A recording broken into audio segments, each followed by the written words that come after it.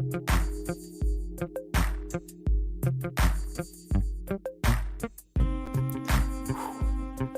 going on, everybody? See a bunch of you just hopped off the Instagram live before we did this. Very cool. You guys are fast poopers. That was the fastest poop break I've ever personally taken. Sit down, paint the bowl, flush, done. In that order. That fast, too. Tonight, we are drinking a little to the more, dude. Official whiskey sponsor of the channel. And some Coca-Cola. So why don't we just get right into it? Very somber topic tonight. Bring that music down. What's up, everybody? First of all, as always, dude. Oh, Risky Krisky's going live right now, too. Man, I missed it. I always miss the Risky Krisky lives, his rants. I think he's having some trouble with YouTube right now with getting strikes. Been there, done that, man. It sucks when it happens. I know he's getting strikes right now for misinformation. I don't think YouTube likes his rants very much. Okay, it's Friday. What's going on, Mike? I see you in the comments. I know you're taking a dump right now. Where's everybody from, and what are you drinking? We have to start off every live like that. I showed you mine. You got to show me yours.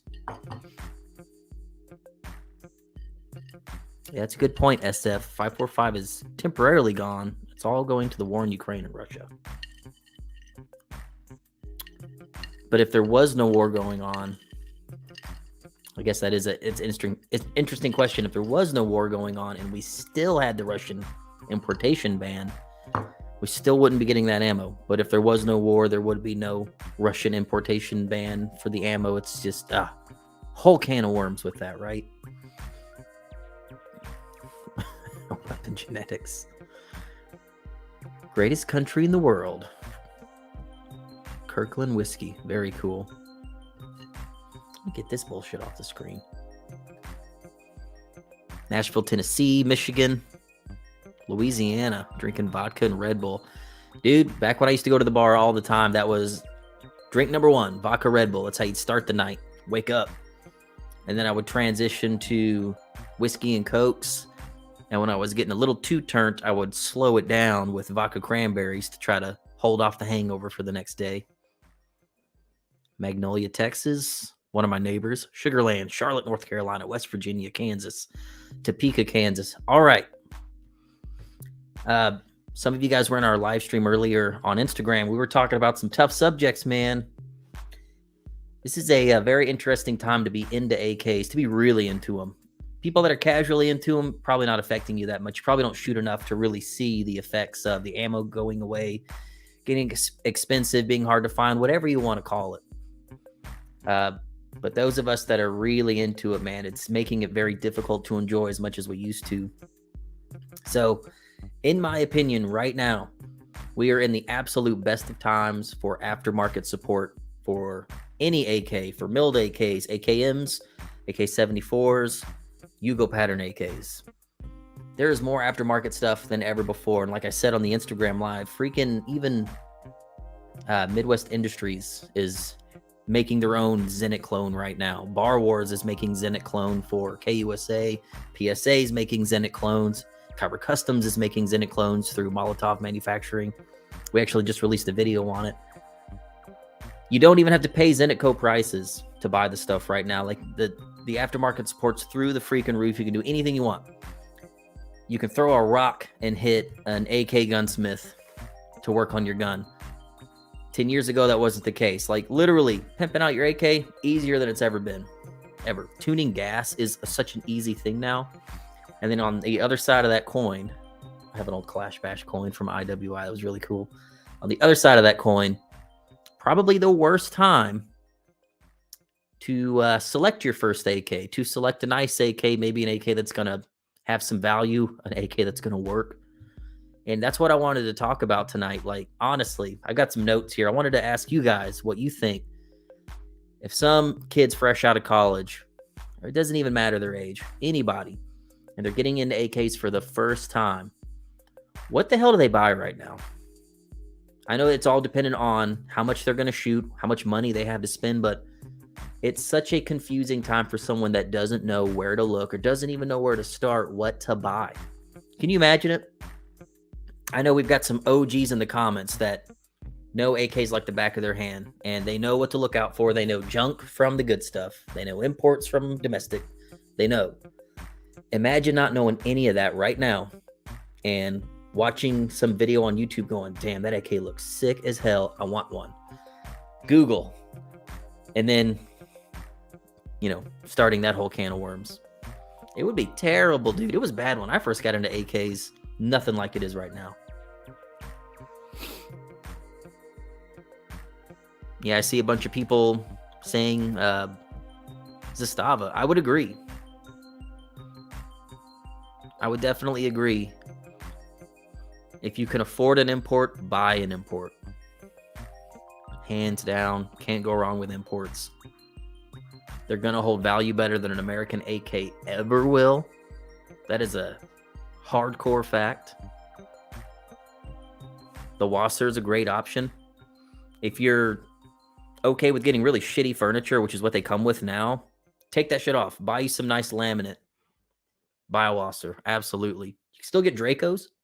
You could still get Romanian Dracos. And what's cool about a Draco is it's a pistol, so it comes in totally untouched by American hands. It doesn't have to pass all the 922R stuff and have a bunch of American parts. Dracos are the shit. For real. I don't see many people in the comments talking about the Polish guns. Even I find myself forgetting about all the Polish options. WBP, the ever elusive FB Rodham stuff, the barrels, the mini barrels. That's good stuff, man. Okay, I'm going to highlight this one. I see this all the time, that everyone is entitled to their opinion. Sorry, my phone's loud. I'll silence that. A lot of people really don't like Zastava. Why? I don't know. Is it because the sins of the past with the whole soft receiver thing? Do people still think they are not compatible with a bunch of aftermarket, which was true 10 years ago, not true today? Like, what is it? Is it the fact that they're not AKM spec? What is the big holdup with Zastavas with people? I've got good friends that I shoot with all the times that wouldn't be caught dead with a Yugo pattern AK. I don't understand it, but I get it. They're not. I guess they're not for everybody. Poor materials. I mean, I understand that was a problem in the past. I know they had trigger pin holes that would egg out. I had an M92 that was about, 6-7 years old. It happened to me. The trigger pin holes egged out. That was an old import back when Century was bringing them in.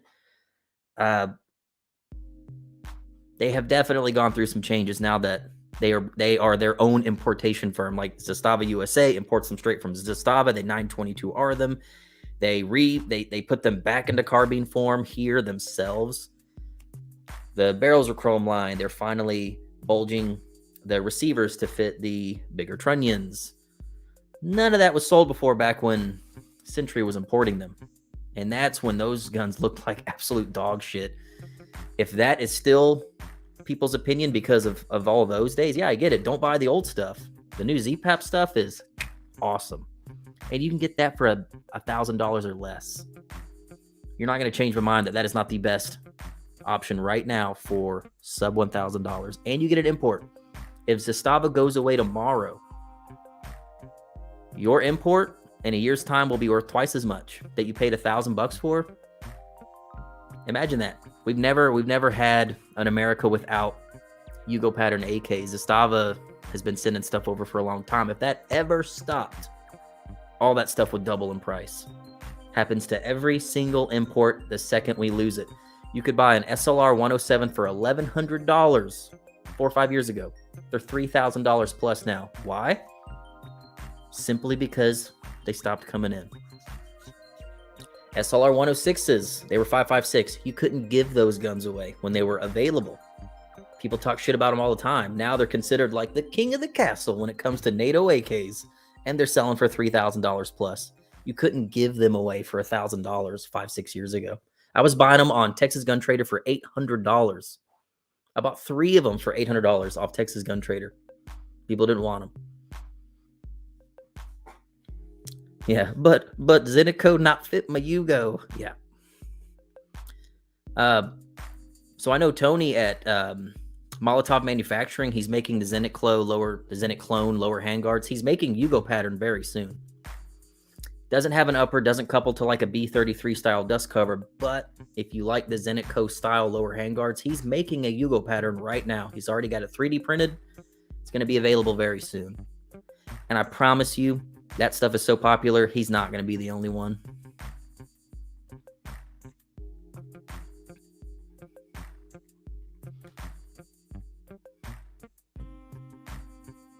I know Fuller is experimenting with the WBP parts to see if they're worth using.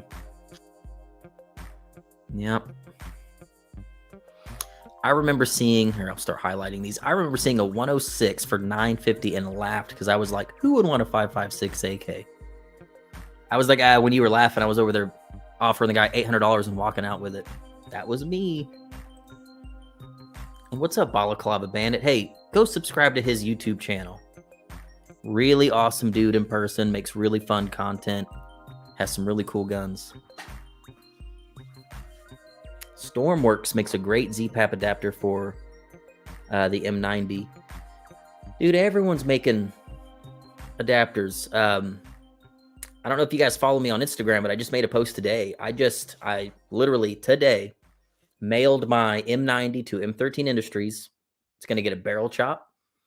It's going to get an adjustable Occam gas block installed. I'm going to pin and weld a suppressor mount muzzle brake on there from JMac. It already has a SIG stock adapter. I can put any SIG stock on it I want. It's already got an RS Regulate railed lower handguard on it. It's already got a souped up trigger. Krebs makes safeties for them. And it had tunable gas from the factory. What about that is hard to modify? It was literally already pimped out. I got to the point where I couldn't do any more, and off to the gunsmith it went. When that thing comes back, people are going to go, damn, didn't know you could do that to a Yugo. You absolutely can. Now you can.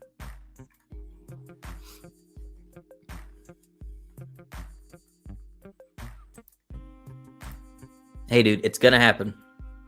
So let's not talk about Yugos too much. Just know that they're awesome. But what else? So I saw a bunch of comments were flying by before. A lot of people are saying KUSA, PSA. So let me play the devil's advocate when it comes to PSA. I'm not going to sit here and trash talk any company, even though some of you in the comments know I have been personally done. Companies have done me dirty. Personally. One of those two. But to play the devil's advocate with PSA, some new guy walks up to you. Hey man, I really like your AK. I'd like to buy one. I've only got $1,000. What do I do? And you tell him, go with PSA. I'm a guy that doesn't know anything about AKs. I go to PSA.com. I see, in fact, I got PSA pulled up right here. Let's just do that. Here's what I see, and this might compute. This would probably confuse some people. This is what I see, right? I see PSA AK GF3, GF4, GF5, 100 series, AKV, Type 56, WPP kits. I would be like, what does that even mean? Where do I start? This one's built from a Romanian parts kit. Should I buy that? Who do I even ask if that's okay? Oh, they've also got Tula kits for $3,000. They also have RPK kits. Like,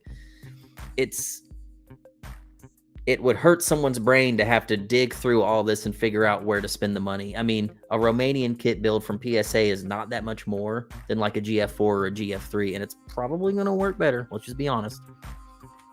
What new AK buyer even knows that? Even knows where to start on this website? Most of them probably buy like a GF3, GF4 because it's the absolute cheapest one. Look at this. $630. That's probably what they end up buying because they don't know. Have a bad experience, end up hating AKs forever because they think they're all the same. Right?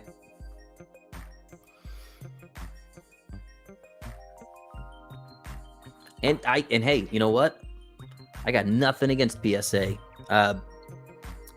I have one of the Type 56 clone. It was honestly pretty cool. It definitely has its faults, and you can kind of see like cost cutting, why they sell it so cheap. Bayonet doesn't fit very good. Furniture's not awesome. But at the end of the day, trigger was great. Finish was really good. It was accurate. Pretty reliable. Had a few stoppages here and there, but it was a brand new gun. I got nothing against PSA. I got nothing against KUSA's guns. We put one of their 103s years ago through 5,000 rounds, and it had no problems whatsoever.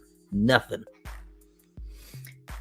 Is the quality the same with KUSA that it was back then? This is like 3 years ago when we did that. Don't know. I don't even know what to tell a new AK buyer when it comes to American AKs right now. I have a hard time sticking my neck out for certain companies and putting my stamp of approval on something. If I haven't shot it, I'm not going to tell you to buy it. I don't know, dude. Go talk to somebody that has. But I know a lot of people have really good luck with PSA. And then some people have had the worst luck. I'm talking sending the guns in 3-4 times for warranty work. And it never gets fixed.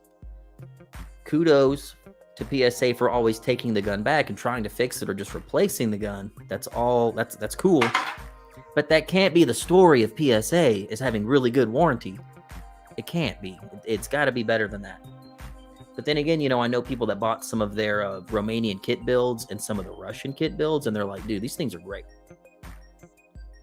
Good bones that they started with. They started with real surplus kits. But those I've heard are great. And you know what's really sick? Let me show you this. This is crazy. If y'all didn't know that PSA did this, you're probably going to go buy them out right now. But check this shit out.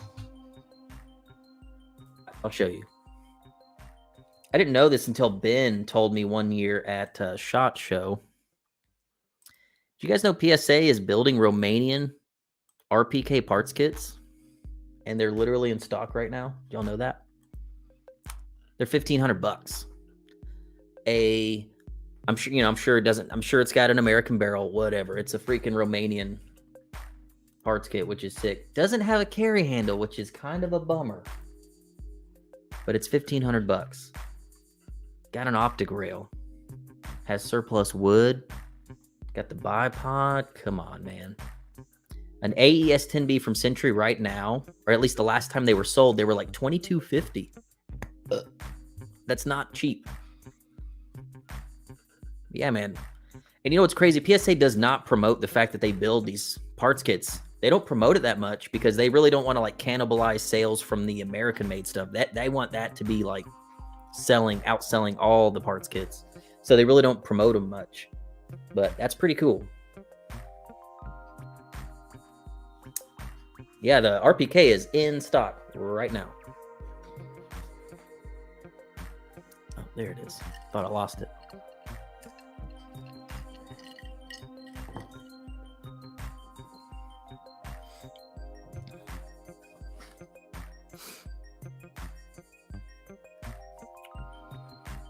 Yeah, where'd that go?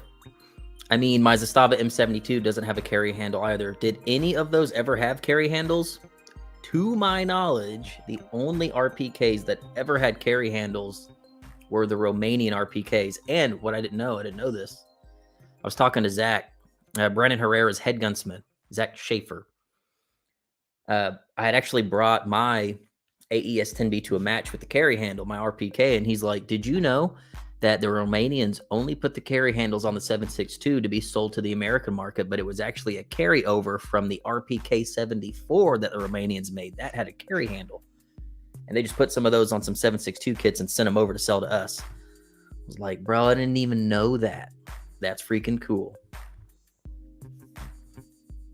Yeah, cheers, everybody. Jacob, cheers.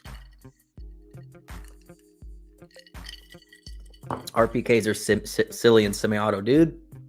I really enjoyed my AES 10B. It's a post sample now. It goes full turbo. When it was a semi-auto, dude, I shot it all the time. The RPK is hands down one of my all-time favorite AK variants. Out of all the machine guns that we have through our company, my $1,100 Texas Gun Trader Special that I drove to Dallas to pick up, my AES 10B that I later post-sampled, is my favorite machine gun. We have stuff worth 5 times as much, like G36s and freaking Scorpions. That old junky 7.62 RPK with the carry handle freaking slaps, dude, and has such a presence. Like, you just smash it down on its bipod. It makes all the right noises, has all the right click clacks. Freaking love RPKs. Bro, thank you so much for the $10. That will at least buy, I don't know, half a bottle of Tula Mordu. Thank you for that.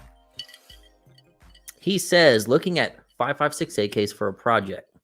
Replace most parts. Local gun store has an SLR 106 for $2K.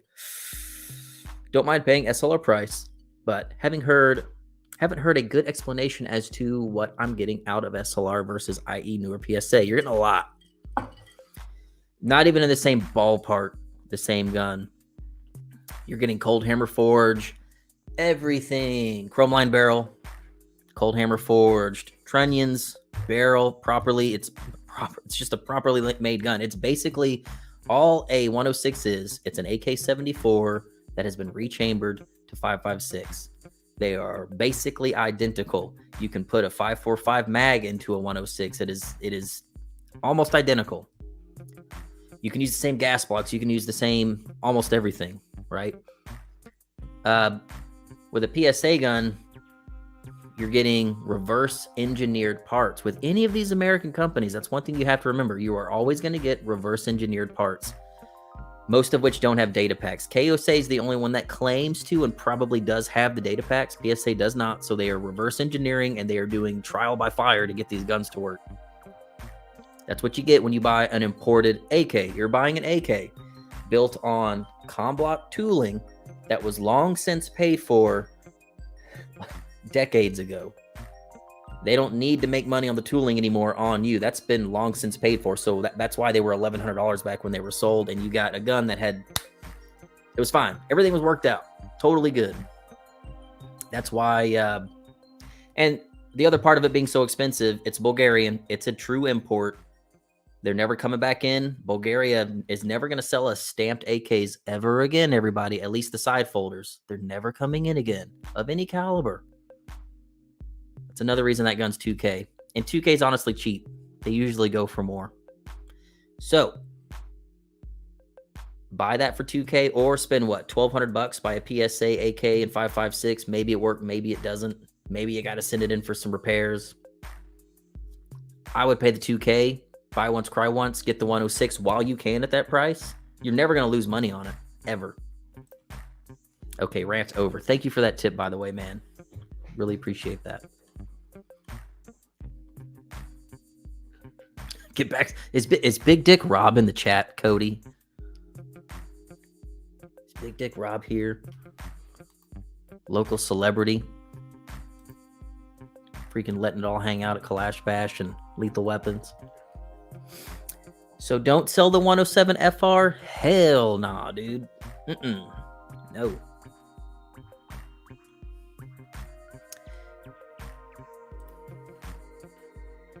Is there not money in new manufacturing of AK parts without reverse UFOing it? Is there not money in new manufacturing of AK parts without reverse engineering? Yes, I guess there is, if I'm reading your question correctly.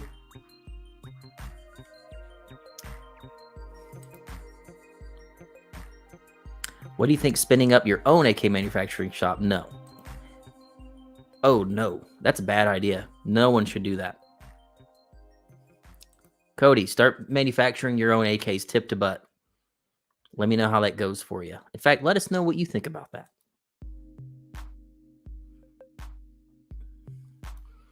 I hate Arsenal for not shipping side folders anymore. Dude, there's nothing to hate on. Like, we Americans are such a small market compared to government contracts. They have no need to make stamped AKs anymore. Why? To sell to us? Such a tiny little fraction of their income? Why? Why take up the tooling? They can just keep cranking out milled AKs, supply their own military and others. And they send us some SAM 7s and SAM 5s when they get a chance. It sucks, yeah, but those times are gone, man. I think the only thing I'll add to my Wasser is a JMac brake, then focus on making the B&T Ultra Pimp. It's a good idea, Mike.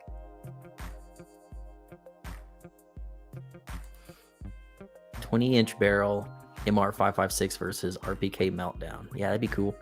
By the way, we still have a Meltdown in the works. You guys see Cody over there in the comments? Tell him to hurry up and post sample that Type 56, that PSA that we have, the spiker. Once he post samples that, we can get cracking on this Meltdown. So bully him in the comments. Call him all the dirty names. Call his shop. Send him emails. If you have his number, text him. Tell him to finish that gun. And then we will have a PSA spiker Meltdown. We've already got the ammo. We got everything. Cody. Everyone's looking at you, man.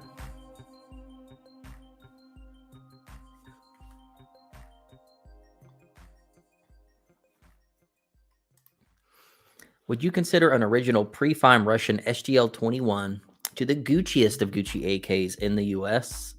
Yes. I would take an SGL-21 over just about anything, man. It's Russian. That gun's like good as gold, man. It's going to be a good gun. It's going to work, and it's going to be worth its weight in shekels forever. It's just going to continue to grow in value. LPVO on a crink. Yes. Ooh. All right, let me look at my notes here. What else did we want to talk about? I wrote down current AK drama. Is there any current AK drama? I think the KUSA stuff's kind of old news by now. Is there any PSA AK drama? I'm sure there is. Let's go Meltdown. Yeah. There you go, Cody.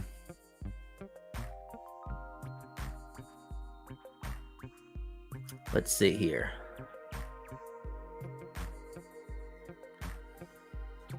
Arex needs to fire up R&D on their AK variant. Yeah. Yep. So let's talk about that a little bit. We asked this earlier. What is available right now? Imports first. We've covered Zastava. We got it. If someone had some money, if money was no issue, if like money was no problem, other imports.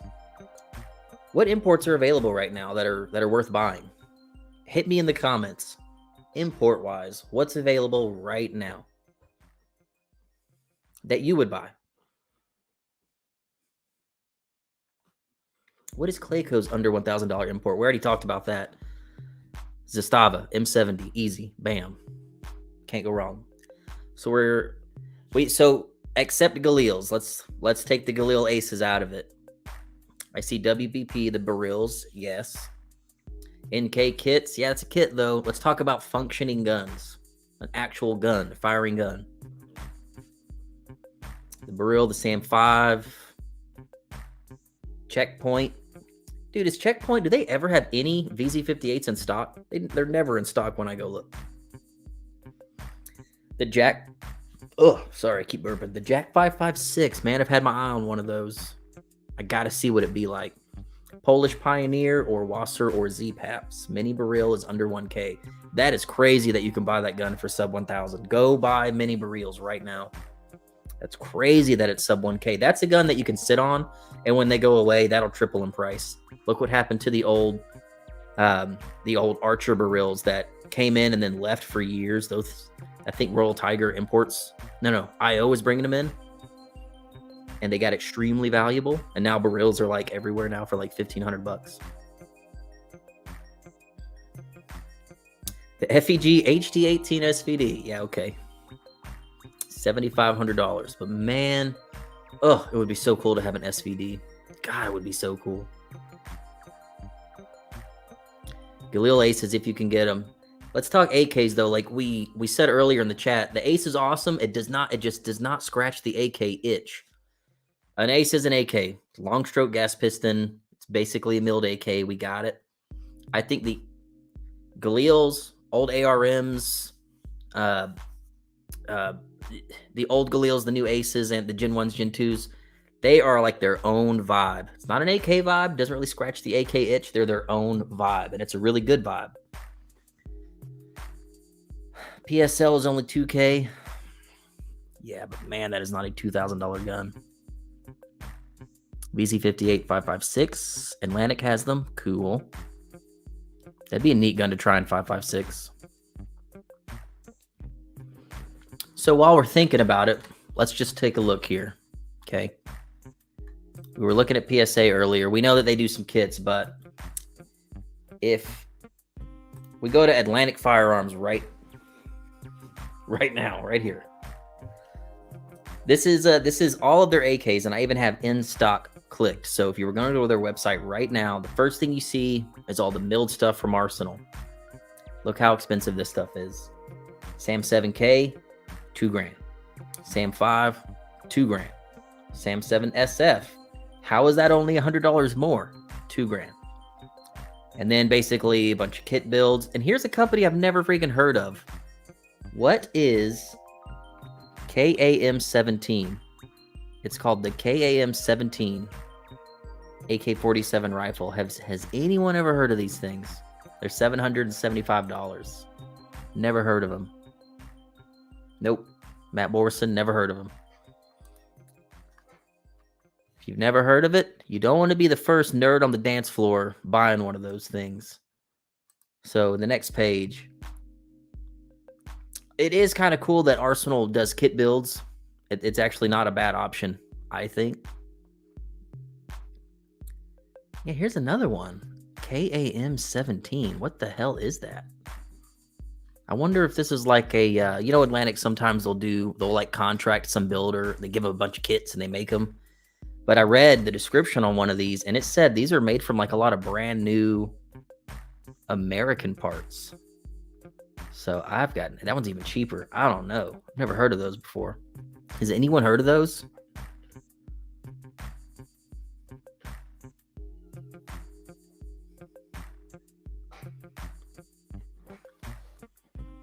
If we scroll down.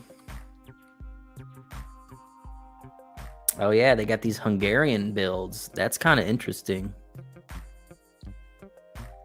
You've got the Sentry stuff. That's all American made. BFT, definitely. Hope Sentry's not listening. Not interested in that stuff at all.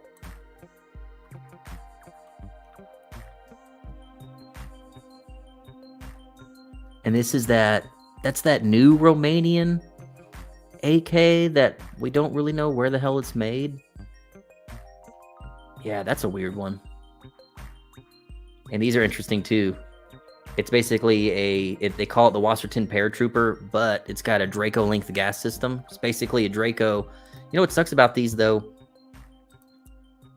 They don't have mag dimples like a Draco does, but they give you a Draco length gas system in the long 16-inch barrel, which looks totally goofy on a shorter gas system. But you get the crutch folder, which is cool. Those are getting really hard to find these days. Honestly, I would say this is not a bad option. Or this is not a bad option. A little goofy. It'd be a cool gun to SBR. Cut it down to Draco length. Hopefully that gas block has the means to put a plunger in there where you can actually put a muzzle device on, but it's already got the rear trunnion for a stock. That'd be a pretty cool one. Just sucks that you don't have mag dimples like a Draco.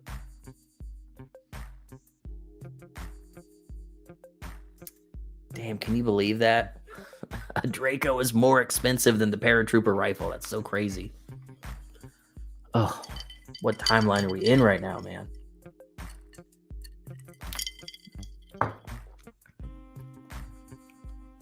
Kalash Kamaz. Yeah, we're going to go live with this guy one day. Very soon. So yeah, it's like there's nothing exciting here import-wise. You know what is interesting, though? I got to acknowledge this, and they're probably sold out. No, they're actually in stock. When the hell did the Wasser 3 come back into the country? These were just like here one day. No one talked about it. There's like no videos on them on YouTube. Sentry didn't promote it. When the hell did this come into the country?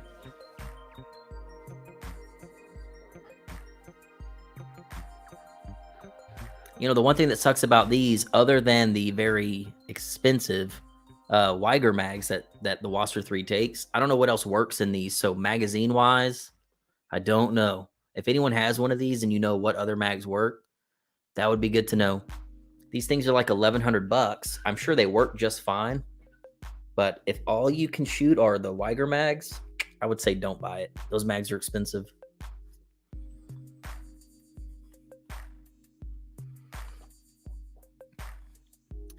What the hell is the Wasser 3 a good buy? It's like $1,100. Let me make sure I'm not lying. $1,200. But yeah, man. And they're in stock. These were just like, oop, here one day.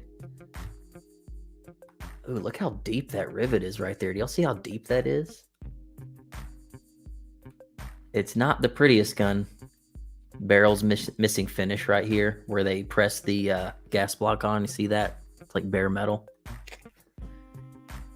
But that's a Wasser for you. It's just character. Can you convince an American manufacturer to make fiber-infused metal reinforced bakelite magazines? No, I cannot. Definitely appreciate your question and your tip, though, dude. Thank you for that. But nah, man, I got zero clout. There's no way I could convince anyone to do that.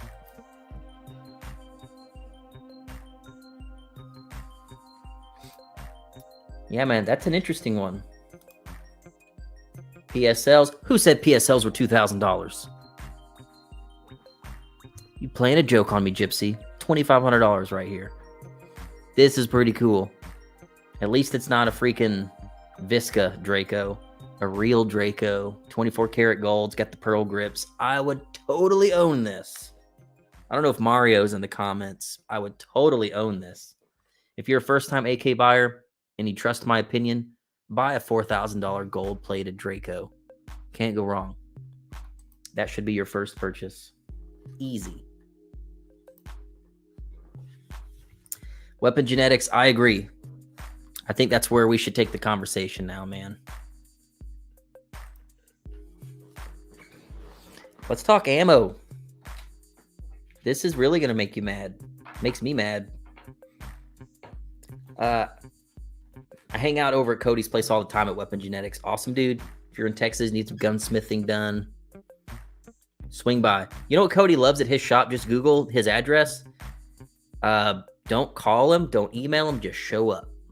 Just show up and say, I heard y'all do gun stuff. And just show up in his parking lot. He loves that. He loves stopping what he's doing to come out and just figure out who's like walking through his front door and yelling in the parking lot. That's what I do. You should do that too. But we had a conversation about, he was like, dude, like if you are in the business of putting kits together and selling kits, he's like, dude, it's almost silly not to focus on 5.56 AKs right now. I think Galils are super hot. Galil kits, I think factory Galils, OG Galils are super hot right now. I think they're going through a bit of a renaissance at the time. Right now, super popular, super cool stuff, and they shoot a common caliber that's easy to get. They seem to shoot brass pretty well, not just steel case. A lot of AKs have a hard time with brass. But he was saying, yeah, man, I got to focus on NATO AKs right now. Like, Cody has a freaking, just beautiful. He has a beautiful factory barrel Bulgarian 74 on the wall that is not moving, and it's a really good price. And I'm like, bro, and it's got plum furniture. I said, nobody's bought this thing yet? He goes, dude, I'm having a hard time selling anything that's not 5.56 right now. 7.62 and 5.45. People are like kind of holding off buying the guns because you can't find the ammo, or they don't want to pay the ammo prices. But 5.56 AKs are freaking flying off the shelves right now. Flying off the shelf. Why is that? I'll show you why that is. Let me go down. I'm missing a ton of comments here.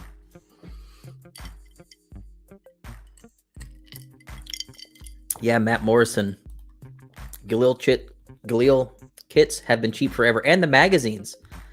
Galil magazines are everywhere. And they're like $10 a piece for shitty ones. You pay a little bit more, you can get a nice one. But the kits are everywhere, cheap, and the magazines are everywhere and even cheaper. So steady supply of mags. The kits are there. Barrels might be kind of hard to get right now that Icon's kind of, well, we'll talk about that later. But yeah, Galils are going to have a huge heyday. Anyway, what I'm getting at here is prices for ammo, dude. Let me know in the comments right now. Don't Google it. What do you think the going rate for steel case 545 is right now? The stuff that you can find. Just type in a number right now. What do you think the going rate is for 545 steel case? I'm talking bottom of the barrel Tula steel case. We're not talking spam cans that you can buy from your neighbor. You go online right now and you buy one. What do you think? 45 cents? Hell no. 64 cents? Nope. Yeah, someone got it right. It's about 70 cents a round. Street price at its absolute cheapest as far as in-stock prices right now. Right now.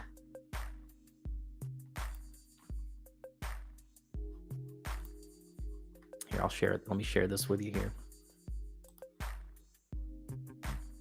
I don't know if you guys use Ammo Seek. It's a great way to just kind of see like what the cheapest stuff that it can find available is out there. And Ammo Guy's on this list too, which I thought was one of the cheapest. 70 cents a round is the absolute cheapest that this search engine can find. It's the cheapest that I can find. Then you got to pay shipping on it, right? Now, next question. That sucks, right? 70, almost $1 a round before too long. That really sucks. Next question. How much is Steelcase 762 going for right now at its absolute cheapest online? What would you guys say? I know because I've got it pulled up right here. But what would you say? 40 shipped. Yeah, a lot of people hit it right on the head. It's about 40 cents a round. So some places like Cheaper Than Dirt, apparently you can get it for about 38 cents a round. Still, that's crazy town for 762, right? Total crazy town. And it's not like you're buying nice stuff. You're buying Wolf, you're buying Tula, some of that's bar and all. That's not bad. Still though, dude. Still. Right? So here's the question that's really going to kick you in the nutsack, right? 70 cents a round for 545, about 40 cents a round for Kalash Kamaz. Nah, dude, you're way off. Now, let's say you want to buy some 223 Remington for your 556 AK. What's the cheapest you can find? Anyone? What's the going rate for cheap? Yeah, so someone says 30 cents a round for brass 223. Any other guesses?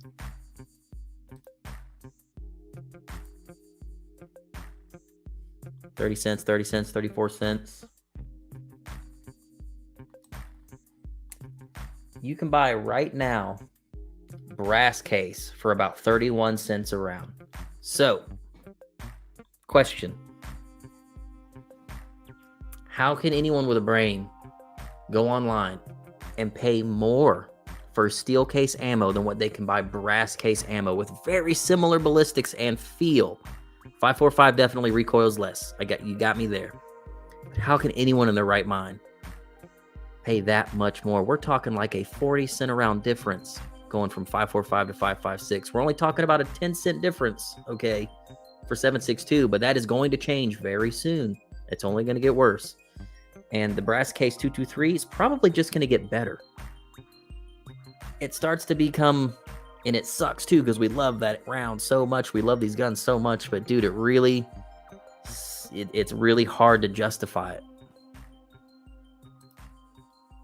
At a certain point, it's like you're a glutton for abuse and you like the round so much you're willing to just overpay.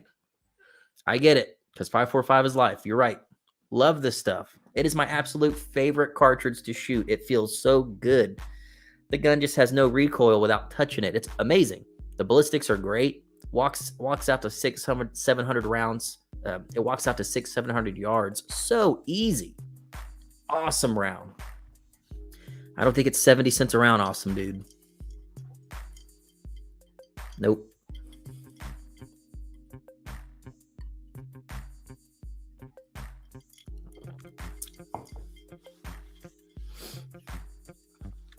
So that brings us to the main point to this whole conversation. People used to talk crap about 556 AKs for so long, rightfully so. I agree. if I could have my choice, every AK would be 5.45 or 7.62 if I could afford it. Absolutely.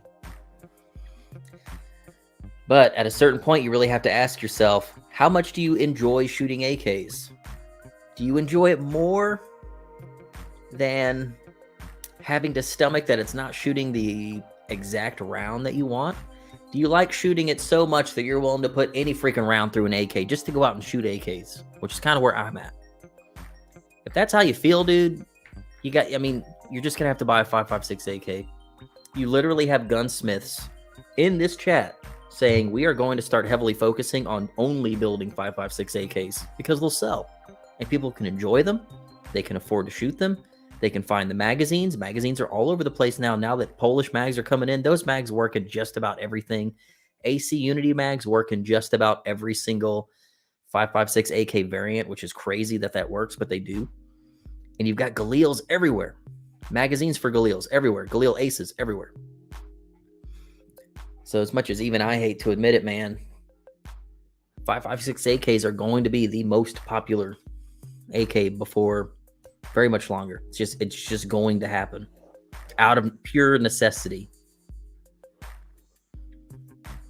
Or just stockpile. Yeah, stockpile all you want. Don't shoot it.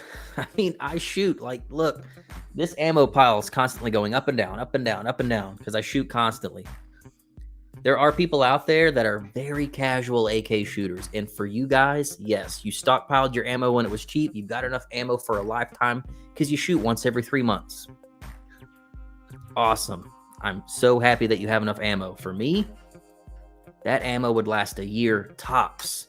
And then I would be, in the same place I am right now. Like looking at these 5.56 AKs, just trying to shoot an AK and not put myself in the poorhouse. I love shooting AKs so much. AR-15s to me get so boring to shoot. Even PCCs can be so boring to shoot, man. Dude, ripping a freaking charging handle and rock and locking AK mags to me is more fun than being stuck on a cartridge. It just is.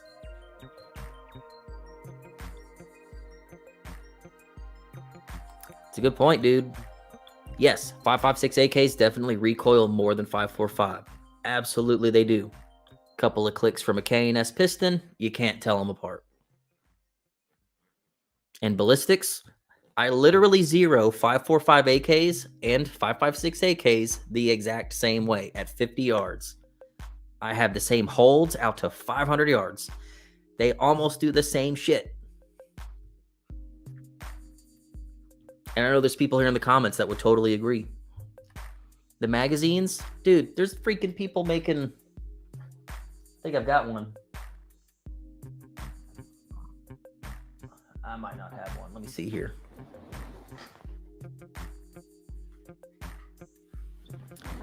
Just to have a placeholder. AK-74 mag, right? There's literally people making conversion followers that are easy to find to convert these to 5.56. For the longest time, those followers were impossible to find and were no longer made. There's like 2 or 3 companies making conversion followers. And then, because I know 5.45 mags look freaking tits. And they come in all different shapes and sizes and colors. And you can get RPK mags. I know. 5.45 mags look so cool. And they're fun to collect. You can convert them to 5.56 now. It's very possible. Yeah, 3D printer, go burr. Absolutely. Used to not be that way. It is that way now. And then from the outside looking in, it looks exactly like you get your 9-degree gas block. You got your freaking Bakelite 5.45 mag. No one would even know that you're shooting a 5.56. You don't have to tell you, hey, you know what? You don't even have to tell people that it's 5.45. And then no one will drag you on those forums that you're afraid to get drug on. You know what I mean?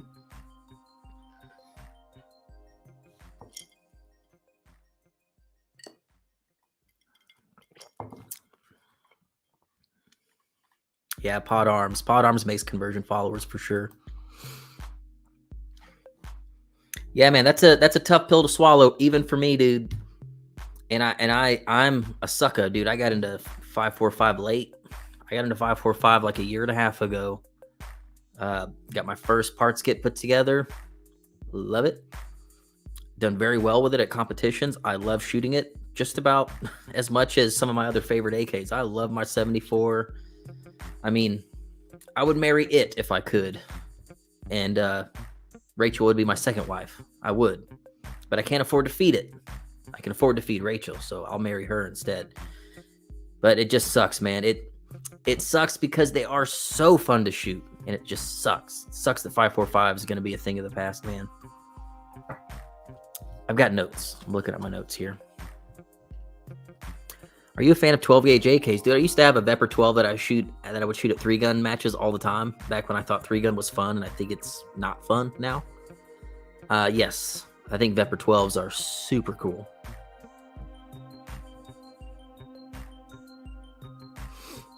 What do you guys think about parts kit availability right now? Bulgarian parts kit, a shitty one going for $1,800 these days.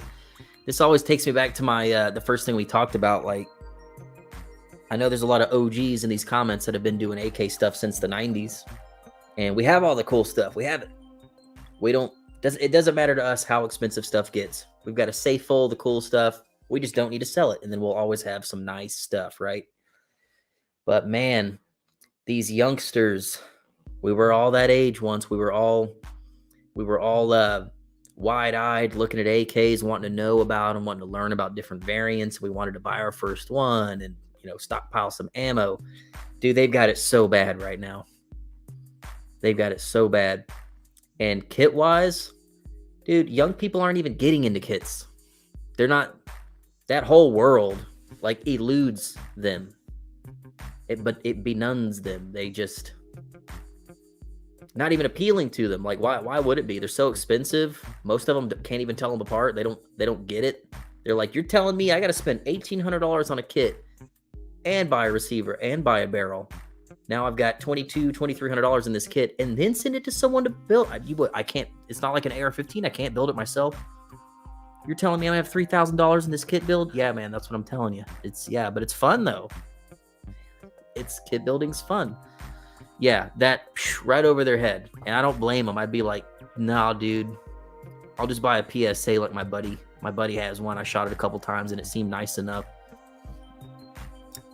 The whole, man, it used to be so fun to go on AK Files and peruse through all the kits and buy a $300 Romy kit, buy a $200 whatever kit over here. It was cool having a big kit collection.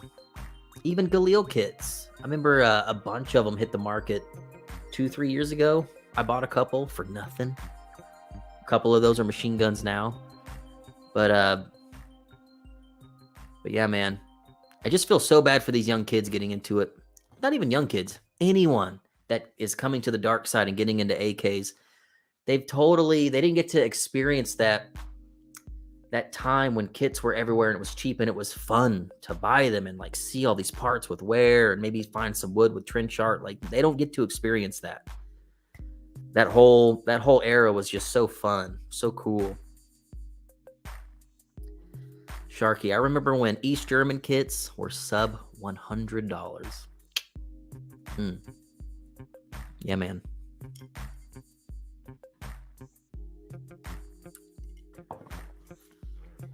Matt Morrison, it was fun. Yeah, man. Alpha Midwest Rail looks like an abortion. What do you guys think about that new Alpha Rail from Midwest? It's funny that they called it the Alpha. What's going on, Morty? I didn't know you were in here. What are you doing? Oh, he wants his blanket. Take 5. Let me get him his blanket. You want your blanket? Yeah, I got to get him that blanket. BRB. Let me know in the comments what you think about that Midwest stock setup. I will be right back.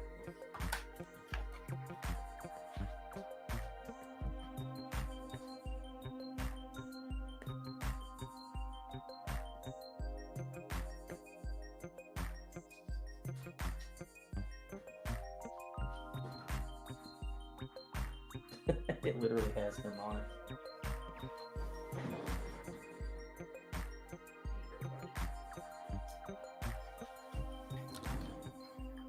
It is literally his blanket. He is on the blanket. Look at this dude just lounging.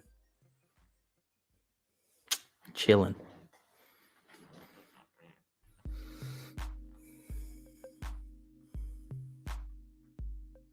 Are you a Boogaloo boy? I'd seen you wear Hawaiian shirts.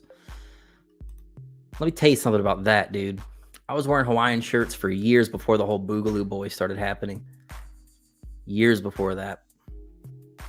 And I remember, dude, I bought my first pair of Pit Vipers when their Instagram had like 10,000 followers. Like they were this tiny little company. A buddy of mine had bought a pair of Pit Vipers. I thought they were super rad, so I bought a pair. This is years ago on Instagram. So I started filming everything wearing Pit Vipers and Hawaiian shirts because it was super comfortable and I thought it was really colorful. And I thought it stood out in videos.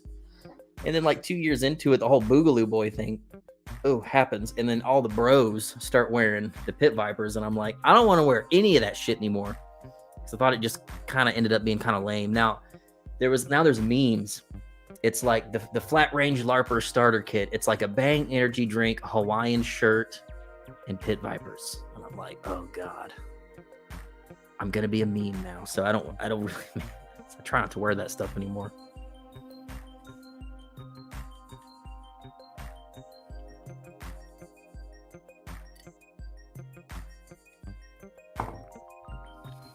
Yes, Jerry.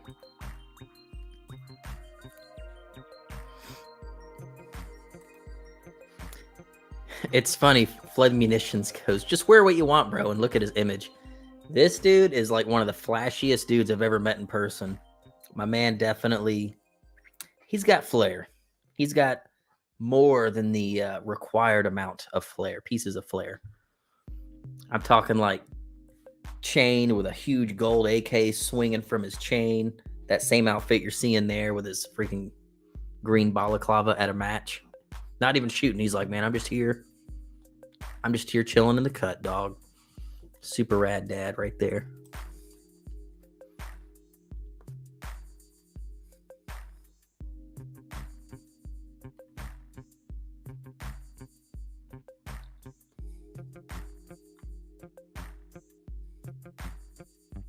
Mm-hmm.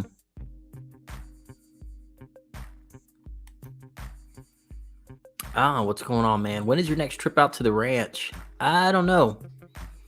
Dude, I've been out there the last 2 weekends in a row. I don't know how I got time. You know how hard it is to book time out there. And dude, at my local range, I had all day today booked. But as you know, it's been like a freaking Texas flood the last couple days. Not only did I not get to shoot it all at the range today, the 2-gun match tomorrow is canceled, which I desperately needed because Kalashnikon is coming up next month, which is a 2-gun match, a very hard one.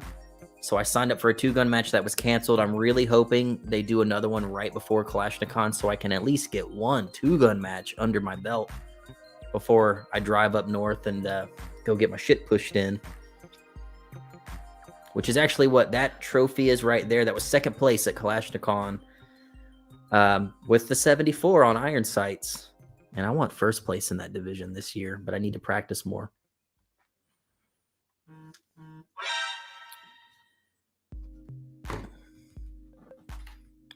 FYI, Rachel's having her second bachelorette party. Don't ask me why.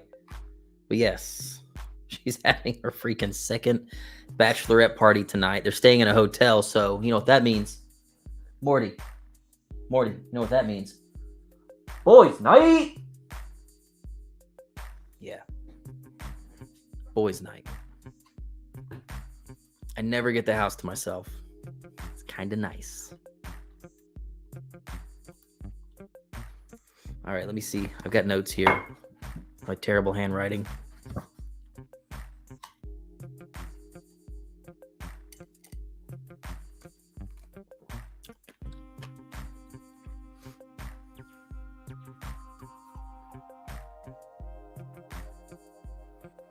Oh man, we covered a lot of good stuff already.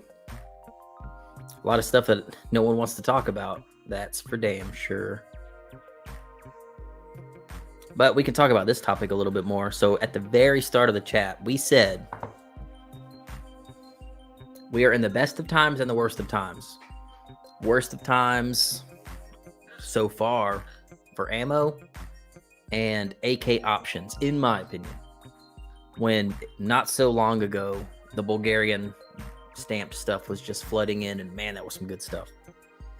But, you know, Barills are coming in, some cool Polish stuff, but still, it's not a good time. A lot of American stuff that's very questionable. But aftermarket wise, it is the absolute best of times. So much cool stuff is available. I mean, honestly, this SHOT Show was a bit of a dud. There was like nothing exciting. But being into AKs, Midwest Industries, who has made AK rails for quite some time. I've always thought they were kind of meh. Out of nowhere, comes out with their Alpha line. And then you see like 3 or 4 companies start making cloned Zenitco stuff. And you also had, Samson Manufacturing. They're making a whole bunch of AK stuff now. They make the cool folding stocks for the classic Mini 14s. And I know I'm not even thinking of some. I'm sure there's others. Of course, JMac always making new stuff. But man, you can do just about anything you want to an AK, regardless of variant. Even milled AKs, which are honestly, people talk crap about Yugo pattern AKs being tough to modify. Milled AKs are the hardest ones to modify. Try to put a stock on it other than a factory stock. You got to cut some stuff off. It's just the way it is. But man, good times for aftermarket stuff. Even JMac's making rails now. Full handguards. RS Regulate just released a Yugo railed handguard. I got it over there somewhere, but yeah, and it's awesome.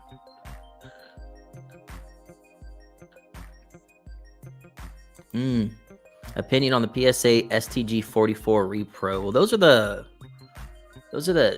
Who did they buy? It was Hill and Mac, H&M? It's H&M, right? There was a company that was making the STG 44s, and there was like a lot of drama with like they were taking a bunch of pre-orders and never making the guns, and it turned into this whole thing. So PSA just bought them out and like finally like released a prototype. HMG, that's right. Yeah, I don't know. I held it. It was so heavy. Honestly, dude, I don't think they're going to make them. Even talking to them at their booth, I don't think they're going to. I think that was something that they did for SHOT Show to really bring attention to the booth so that people saw all the other stuff that they're working on. Not so sure that gun's going to be a real thing. Yeah, Hill and Matt. The PSA Zenitco isn't even close. Yeah, it's not super close. It doesn't really look like it, but it was so funny. I was at the PSA booth and they were like, Clay, take a look at this. And they hand me one of the AKs that has that rail on it. And I was like, oh, cool. So this is like the your Zenitco stuff. And he's like, we don't say the Z word here. Hold on, my other screen's freaking out. He's like, we don't say the Z word. We have been instructed not to say the Z word. I was like, okay. Intellectual property problems. Got it. But yeah, they're not allowed to say the Z word. The company Bar Wars. If you guys saw, Kalashnikov USA has pretty close Zenitco clones. They're not making that. Bar Wars is making that. And they're just roll marking it Kalashnikov USA. Which is how they do a lot of stuff over there. But that's all Bar Wars making that. That's probably the closest clone that I've seen. Like, it looks exactly the same. Exactly the same. Anastasia has entered the chat. Listen, Anastasia, I love you. I like watching you swing that freaking mallet. I love when you get dirty with us and you tell us to not file on our Zenitco stuff when we file on it anyway. I like it when you talk to me like that. But you know what? I can't get your stuff anymore. Even if I could, not paying $1,000 for a B33 railed dust cover. I'm not going to do it. So you know what, Anastasia? I'm breaking up with you. And I'm going to buy some Zenit stuff.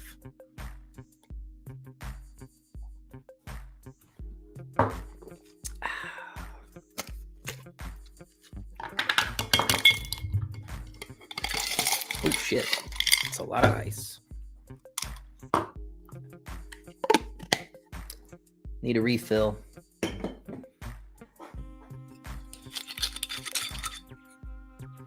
Oh man, loaded question.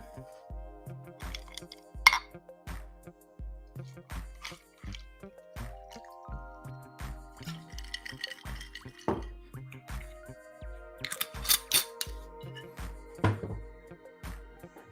just a splash. Yeah. Nice. Buddy, no.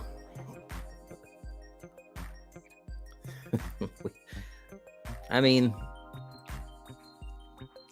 so I know some people get really mad about people cloning Zenitco. Dude, I guess I can understand that. But, you know, we do live in a capitalistic society.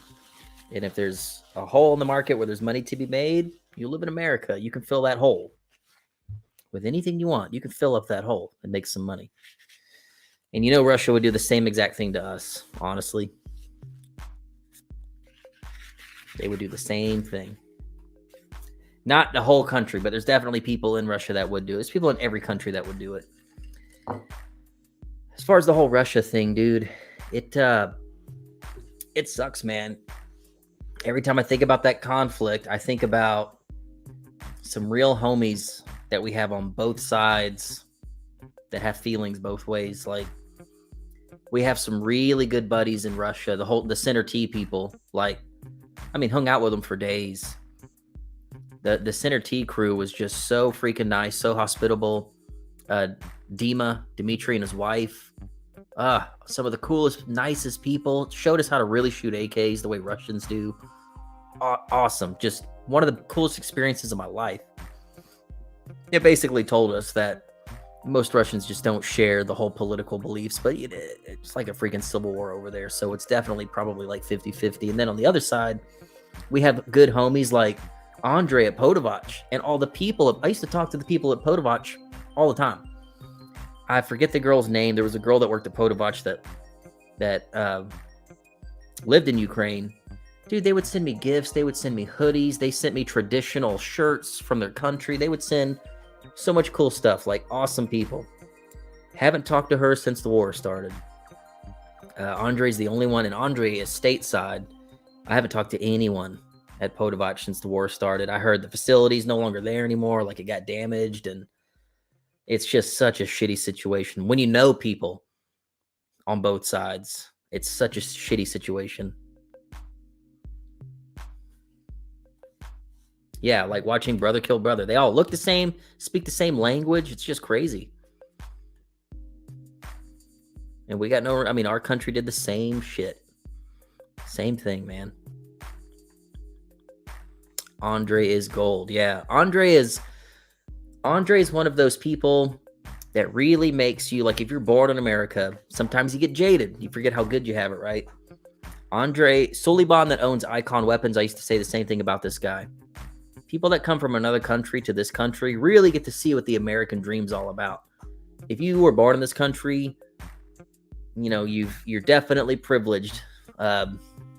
You don't really know what the American dream is like. Andre literally came over here from the Ukraine, became an American, joined our military, fought, is a veteran, is now a police officer in New Jersey, and sees a lot of bad shit all the time, and is honestly one of the nicest cops. And if I ever got pulled over, got arrested, I hope Andre would be the cop to arrest me, because, you know, he wouldn't beat the piss out of you, and, you know, he would be respectful.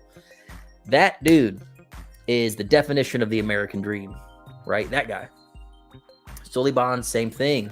The guy that he used to own a big part of PTR Industries, and then he later went and formed Icon. They were doing all the Galils. He came over here from a poor country, ended up starting his own business, doing gun stuff, something he wasn't even allowed to have in his own country. That's the American dream. Coming from a country where you're not allowed to do gun shit and literally making money doing gun shit. That's pretty damn cool.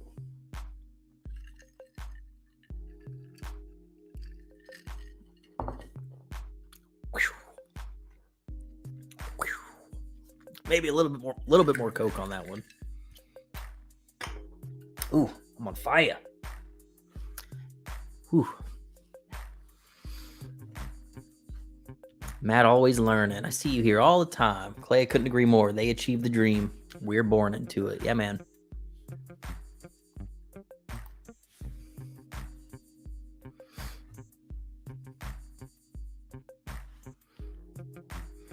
Well, I'm looking over my notes here. Yeah, he's a Marine too. Yes, not just any grunt. Dude was a Marine. Such a freaking cool dude. Man, he was making us cry, telling us some stories at the campsite at Lethal Weapons about some stuff he's seen just being a cop. Crazy stuff, man. Really makes you kind of change your perspective on things. I know even John, he's in the comments. He was like, dude, Andre had me really change. It really made me change how I feel about like a lot of cops in their day-to-day lives. Because Andre's like, if he never told you he was a cop, you'd be like, oh my God, nicest freaking guy. Freaking military vet. Awesome. And he tells you he's a cop. It's funny. He told us how he would like pull people over. And he says, you know, I do the whole thing. Walk up to their vehicle and I say, hello, my name is Andre. You'll see the flashing light on. And, you know, he's got a thick Ukrainian accent. He's like, my name is Andre. You see the blinking light on my chest. You were on camera. That is for your safety and mine. Here's my badge number. Here's the reason that I pulled you over. I'd like to start off by saying, how was your day? How are you doing today? And he's like, that's how I talk to everyone that I pull over. I don't care if I'm getting called to a dude smoking PCP. That's how I approach every single person. And it's just cool. Never been approached like that by a cop. That's really freaking nice. And even John was like, dude, making me like cops all of a sudden. By the way, I need to give a plug here. Kalash Kamaz, you need to go follow this dude's YouTube page.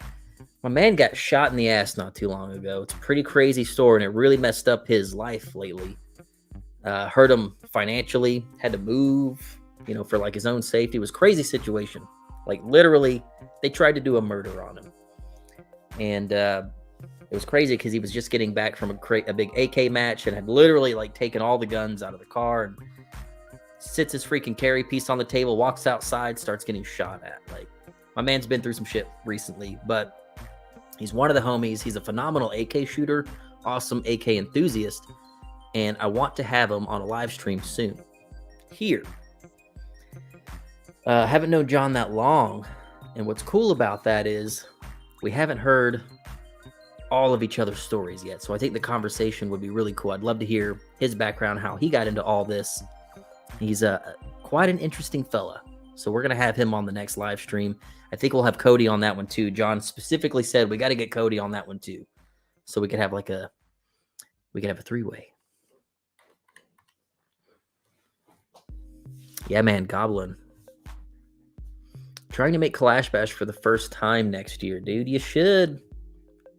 We are trying to make it the biggest, baddest one we've ever done. That's going to be hard to top because last year was huge. Big. It was big.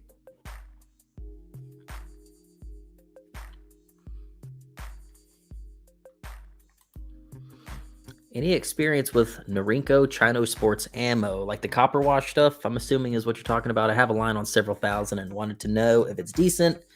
Pretty sure all that stuff has, correct me if I'm wrong, I'm pretty sure that's all the copper wash stuff that has the metal cores. So like a lot of ranges might not want you shooting that. I don't know if that's corrosive or not. A lot of people collect the old Chinese ammo, especially the Zenitco stuff. Hardly anybody shoots that stuff. I've probably shot 20 rounds.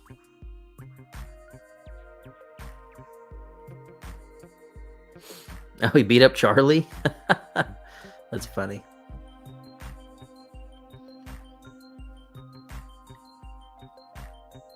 Oh, by the way, since there's like 200 of you watching, you guys are awesome. I'm going to tell you a little secret. I'm not going to tell you when Kalash Bash is, but I'll tell you when we're announcing the date. I believe, what did we say? What's today? April 7th? Yeah. In 7 days, we will announce the official Kalash Bash date so that you guys can mark your calendars, request a time off from work, figure out when you need to call in sick. Give us 7 days and we are announcing the date. And you guys can stop blowing up my DMs about it. Jerry. Where's Jerry? Jerry. By the way, Jerry, we got to see that BRN 180 with AK mags now. Do y'all know Jerry? Jerry was the guy that did the AR-74 with the PSA lower that takes 74 mags. Anyway, had to delete the video. It sucks. But Actually, it might still be there. I don't know. But Jerry's the guy. Jerry got a BRN 180, the old upper that I had, to work on a PSA lower to take AK Max. Jerry, we got to see this thing, my man. Got to see it. We need to see that thing.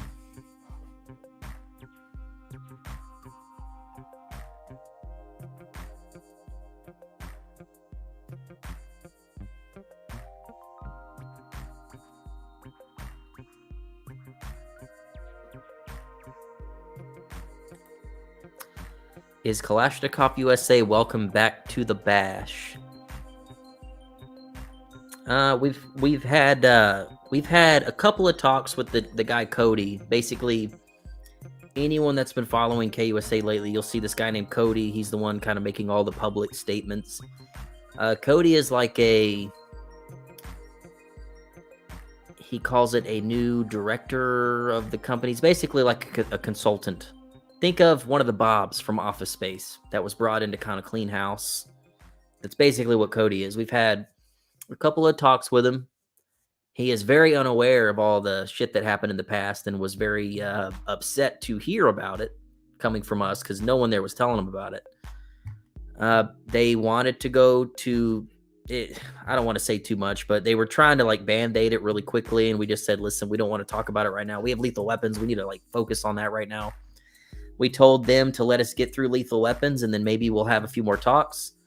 I know they've been in conversations with Dissident Arms because that's who they really needed to fix some things with. They really messed those guys over bad. And it seems like KUSA is wanting, or at least Cody at KUSA is wanting to make things right with Dissident.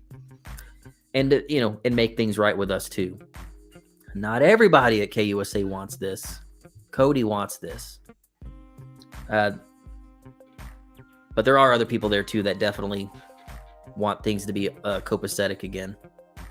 Unfortunately, the people that don't are kind of running things right now. Where's Poppy Martine? I just saw Poppy. There's Poppy. I'm running short on my commercial 545. I hope 7 and 6 becomes range friendly for KB. Man, it probably won't be just because of the steel. There's so much steel at the match, they just can't have 74s shooting it all weekend long with 7 and 6.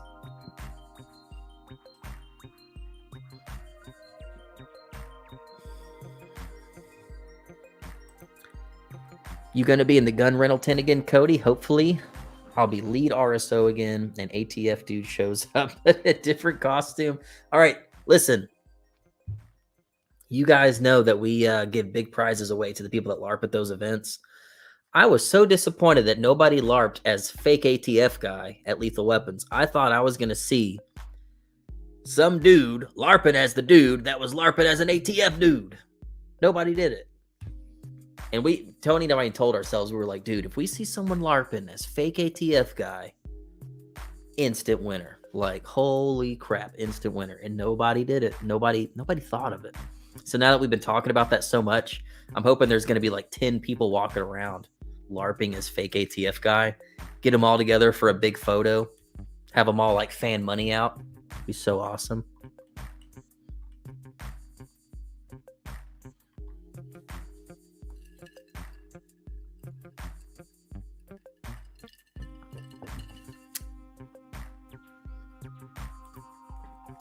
Did the Lethal Weapons event turn out how you wanted it? Did you get the crowds? We were happy with how it turned out. It was a first-time event. First time we've ever done it. We sold 600 tickets. The match sold out. We sold about the same amount of match tickets for general admission. Campsite, I want to say, had about 175 people sleeping at the campsite. Definitely smaller than KB, but KB's been going on for 4 years, so you've got 4 years to stack. And typically with these big events, your first year is always a little slow. But if you look at numbers wise, our very first Kalash Bash, we sold like 250 tickets. I mean, we almost tripled that for the first Lethal Weapon. So if you look at it like that, we're very happy for a first time event too. We filled every single vendor spot, which is always hard to do. It's almost harder booking vendors than it is selling tickets. Like Tony and I seriously talk about filming a documentary, like just showing what it takes to put one of these events on. I think a lot of people, they see like the SHOT Show meetings. Oh, you get to go hang out in Vegas for a week and you talk to these vendors, and you go to the range and you set up some stuff. Well, the stuff that you don't see is I think is honestly what keeps a lot of people from doing major events. It's freaking grueling. It's pretty mind-numbing stuff sometimes. And having said that, after a first-time event, to get through all that, just that the first event craziness, and it's so much more work when it's the first one. 4 years in, it starts to become a cakewalk. First year, oh my God, it feels like you have two jobs. But man, it was good. The LARPing, honestly, was some of the best LARPing we've had at any event. The Lethal Weapons people put the KB LARPers to shame, in my opinion. Like, God dang, there were some good LARPers. It was really freaking good stuff.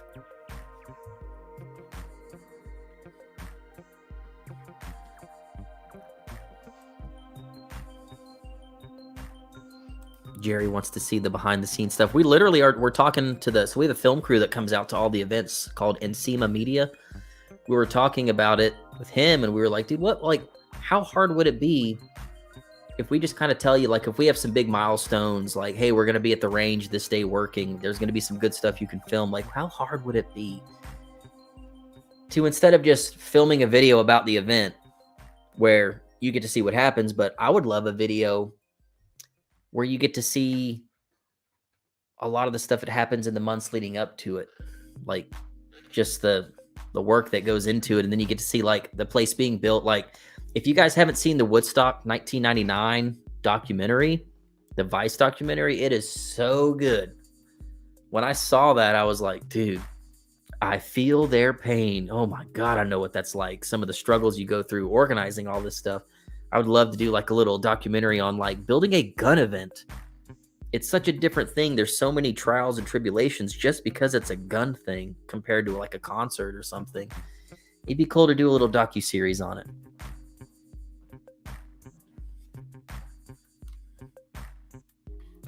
Super Geo Killer. Clay, who do I ask to help set up KB this year? Really want to help set up and clean. You can talk to me or Tony. Just reach out to one of us like after we announce dates. I will definitely hire you for a helper.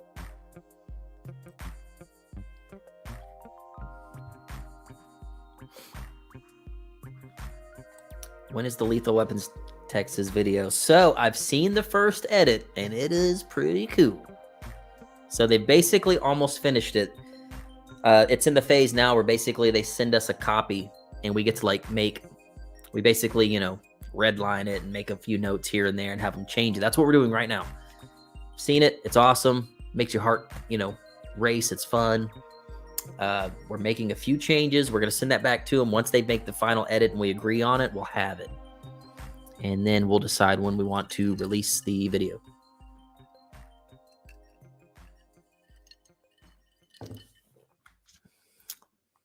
Yeah, well, we're certainly not going to have Vice do the damn thing, but yeah, they totally would. You know what's funny, though? Vice can definitely be pretty woke sometimes, but Vice has this really cool documentary that's got to be like 8 or 9 years old now where they go to the Khyber Pass. You guys know what I'm talking about? It was a Vice documentary where it was like one of the last times anyone had ever gone and filmed in the Khyber Pass and like got to see the guns being made and the gun shops and got to see the test firing, all that. Yeah, old Vice was good. There's this badass Vice documentary on the Khyber Pass, all the gun shops in Dara where they're building guns. You can't even freaking tell that they're handmade, but they are. It's good. Yeah, I know a lot of people have seen it. It's old enough where a lot of us have seen it, but there's like no like hidden agenda to the video where they're trying to say, guns are bad. It's just a dude going to Dara in the Khyber Pass, showing you a bunch of handmade guns, and they're shooting them up in the air, and then it's just cool. It's just a cool documentary.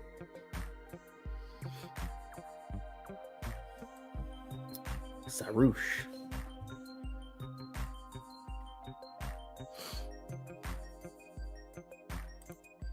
Those guys mounted a GoPro. Oh, Poppy Martine. If that was your Uzi, it's in the video. They have an awesome shot of a GoPro on an Uzi ripping, and I was like, dude, that's a badass shot. I guess that's Poppy Martine's Uzi. I remember one year, Martin, if you guys don't know Martin, freaking OG in the AK world. You got to know Poppy Martin. I bumped into Martin at one of the Red Octobers, and I found out he had a YouTube channel, and it was Uncle Martin back in those days. And he was like, I make these videos sometimes, and I put them on my YouTube channel, and I put them there so that we can watch them later and enjoy them later. And I'm like, what's going on with your name? Nobody, who calls you Uncle Martin? We call you Poppy Martine. And he goes, I change it right now. I change it for you. I'm like, you're going to change it. He's like, I'll change my YouTube channel right now for you.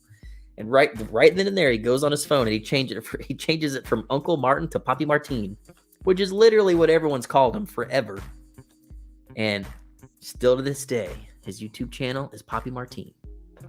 Hell yeah.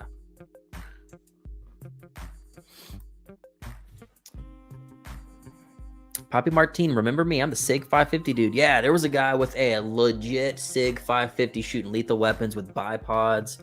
One of the coolest guns that I saw at the match.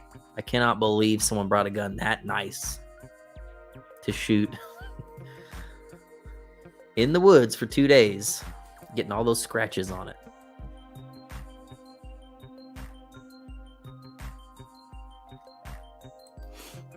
Clay, I still have to get the video of the Dishka filmed on VHS. Do it? The Dishka was so sick.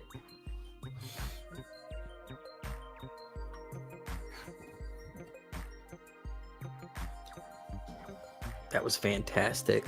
One of the founders went. Yeah, Red October 2016. Yeah. Poppy Martine and I met for the very first time at Red October. I know we were both there at 2016, Martin, but didn't we actually meet? Meet in 2017? I remember seeing Poppy Martine in 2016, and I remember I instantly recognized him from Facebook because he's very active on a bunch of the Facebook forums. And I'm like, damn, that's Martin. Holy crap, it's him. He's like a real dude. And he's so nice in person. Yeah, dude, the first 2 Red Octobers were so cool, man. Met some awesome dudes. The vibe of Red October back in those days was so cool. The range was better. It was just a really good time.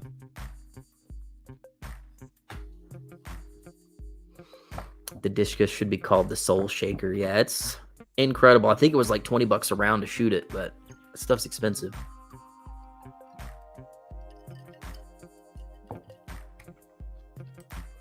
What are other benefits to investing into competitive shooting, especially with AKs? I've actually got a video about this. I could sum this up really quick, man. Started off by asking everyone in the comments, how many times a month do you shoot? I don't mean go to the range and get zeroed. How many times a month do you go to the range and actually practice shooting? Maybe you're working a VTAC barricade. Maybe you're doing some reload drills, shooting and moving. Be honest, everybody. I know everyone doesn't have access to a range that lets you do that, so I'm going to give you a pass. Just be honest. How many times a month do you go to the range and really shoot with some purpose to practice? And there's a point to this. How many times a month? This is a very hard thing for a lot of people to do because ranges that allow that kind of shooting are not easy to find. 4 to 5, 2 mags a day, not that much, none. I think on average, 0.5. That's a good answer, 0.5.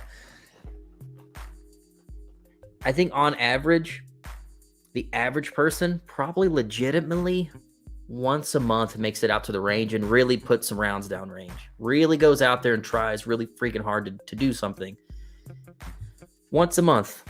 That's 12 times a year that you're actually shooting, and trying to get good, right? 12 times a year. It's 365 freaking days out of the year. That's 12 times a year. But the point is, it's hard. A lot of ranges don't let you just do that. A lot of ranges are FUD ranges where you got to sit at a bench and shoot 1 round per second. No mag dumping, no reloading.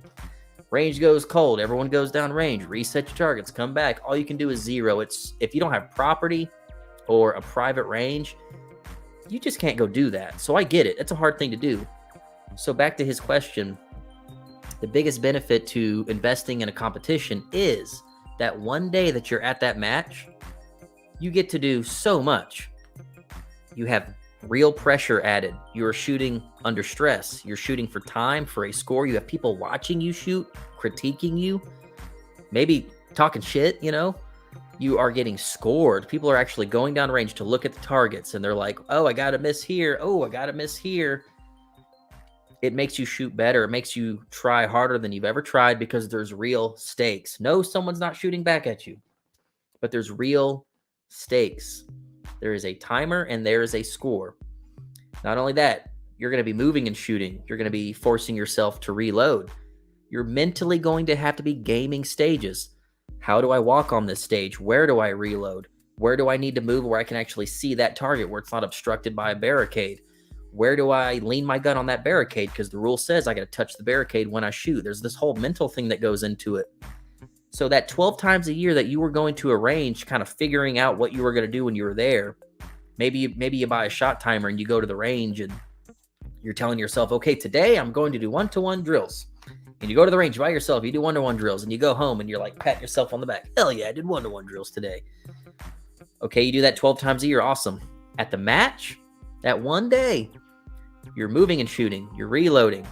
You're stressed. You're pressured. You are gaming stages. You're having to remember things. Some freaking matches make you do math and shit while you're shooting. Like literally adding things and subtracting things to hit the right target. And there's colors and there's cards that you got to flip over for no shoots. There's shoot targets. There's no shoot targets. There's pass-throughs. There's 180s that you're constantly almost breaking. You don't want to get DQ'd. That's all in one range session that you might have paid $20-$30 to go do. That's a lot of training for one day. That is why if that's all you can do is go shoot once a month, go shoot a match. The amount of training you'll get out of that one day, if you can only shoot 12 times a year, shoot a match a month. It will highly expedite your level of shooting, highly expedite the process of just you going out by yourself and maybe doing a drill that you saw on YouTube a couple of times. You don't have to think about it. The match has all the drills on a piece of paper for you. The course description's on a piece of paper. You just have to react to it. You didn't plan the stage. You're reacting to the stage. If you go out alone, you got to build your own stages and shoot the stage that you built for yourself. And you already know what you need to do because you built the damn thing. That is why a match is king of the castle when it comes to making you a good shooter. Hands down. That's why you should invest a lot of time in it.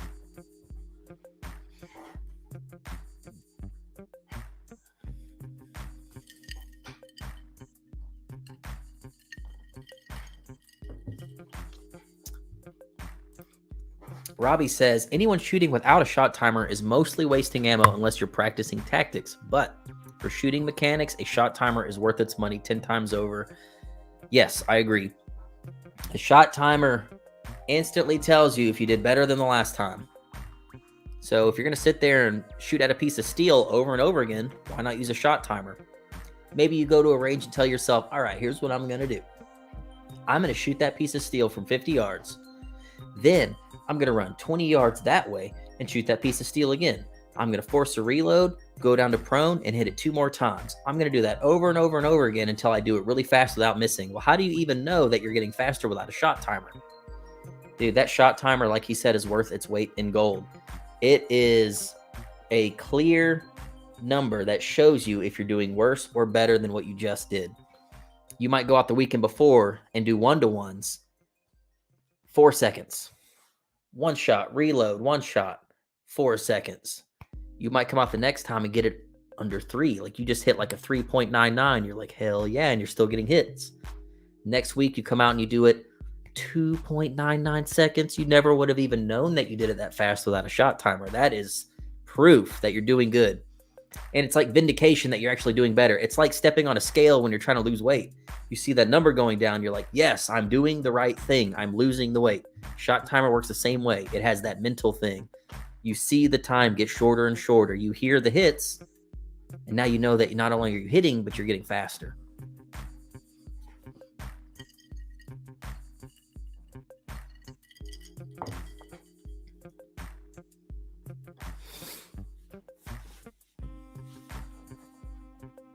Damn, dude, he's passed out.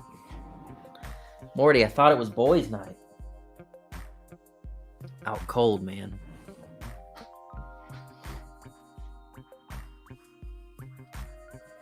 How did I start shooting matches? I shot my first match with Poppy Martine, Red October 2016, and I was hooked.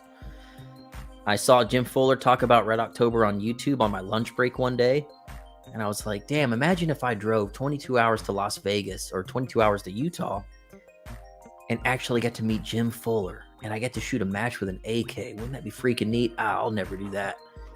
And I watched that video like 20 times every day on my lunch break. And I finally said, screw it. Me and my buddy, we bought hotel tickets and we couldn't afford to fly. So we drove 22 hours. We shot the damn thing. Did terrible. I wore work boots to my very first match with a Condor chest rig, and all my mags fell out all the time.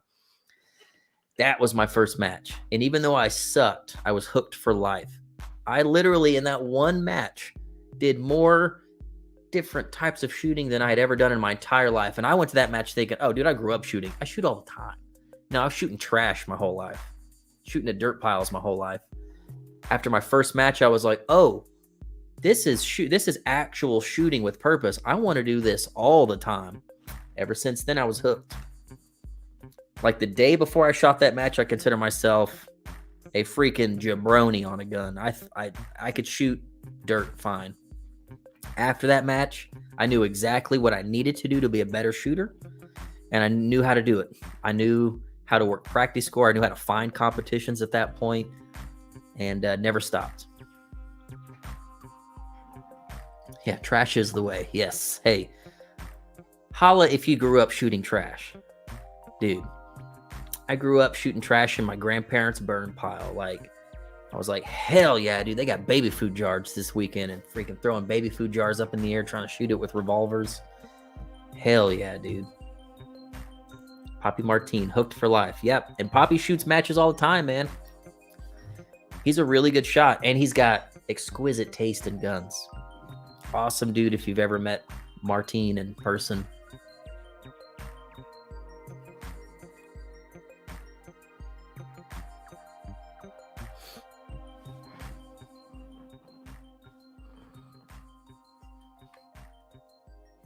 Mag dumping into trash will lead to victory. Yep.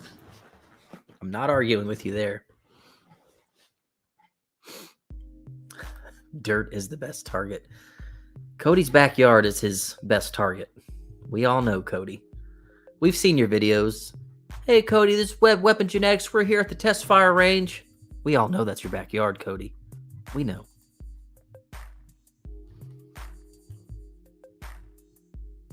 Mostly, yeah.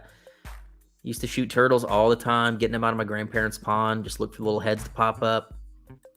Grew up on a lever action 22 long rifle, man. Just freaking decapitating turtles all day.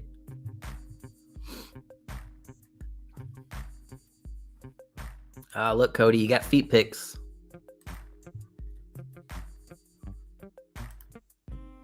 All right, man. We'll see you. Oh, yeah, that reminds me. Got a Draco video going live Sunday morning.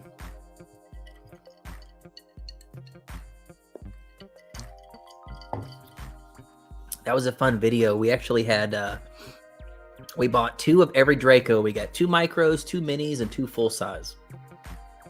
So I grabbed a couple of the minis and put Dead Air Wolverines on both of them and went to the range like Dirty Harold and just started blasting with 2 suppressed mini Dracos with no stocks or braces. And it's pretty fun. And then I went and shot a match with one of them, which was totally R-worded, but totally fun.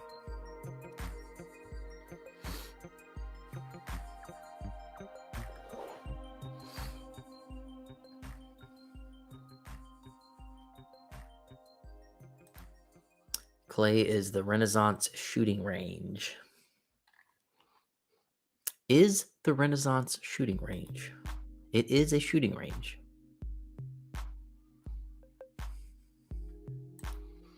If all the 7.62 gets banned tomorrow, hey, dude, like we said earlier, 5.56 AKs are the way of the future. That and Galils. It's just the way it's going to be, man.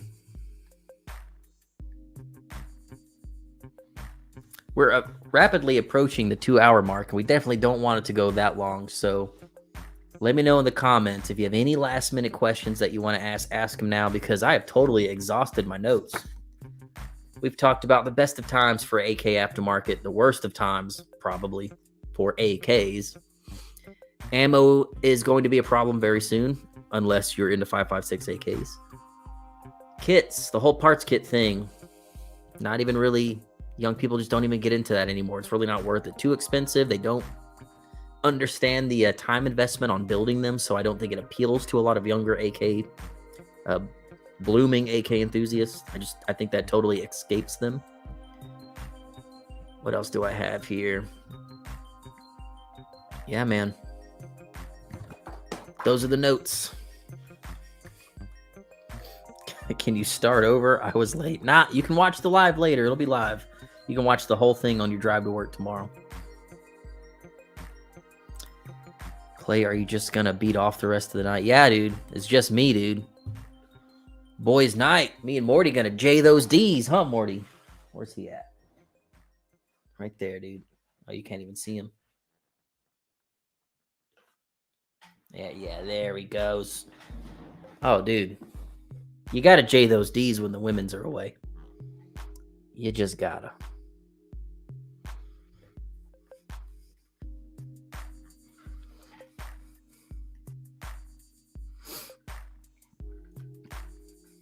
Sorry, I'm trying to catch up on these last minute questions.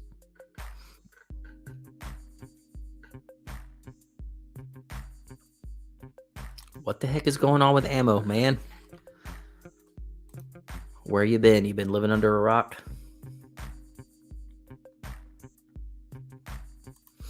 Is it just me, or has the gun world for the AR and AK in the last... Yeah, turned upside down. It has totally flipped. Modernizing the AK out the ass, and retro AR builds are trending a lot. Isn't that crazy?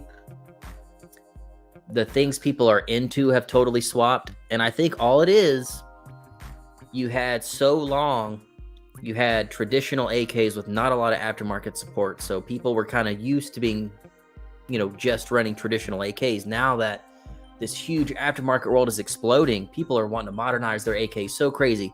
It's just like after the 10-year ban was lifted in 2004. Everyone starts buying ARs. All of a sudden, freaking Recoil magazine has a flat top AR upper with an aim point on it. And everyone's like... and a free floated rail, and the whole world starts pimping out their ARs, and carry handles are super lame at that point, and everyone's free floating everything, and it goes like this, and then there's 1,000 companies making stuff, and everyone's like, oh, all the ARs look the same now, I can't tell them apart, and it goes back the other way. And you have people now appreciating AR-15s back when they were perfect, back when they were lightweight with carry handle optics, and they just looked freaking cool. And then, same thing with the AKs. That's all we had was wood furniture. There was like Tapco synthetic and not a whole lot else back in the dark ages of AK Aftermarket. Now that Aftermarket's blooming, we're going through that phase that AR-15s went through, where there's so much that we never had before. We want it. We all want it. Can't get enough of it. Eventually, I think the same thing will happen. Everyone's going to get really tired of keeping up with the Jones and chasing that dragon of the most modernized AK, when people are just going to be like, yeah, I don't know, I think I'm just going to put wood back on it. That was way easier, and it shoots just as good.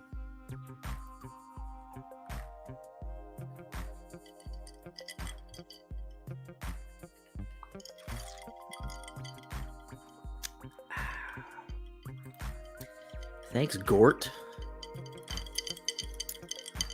Interesting name. Yeah, thank you, Gort.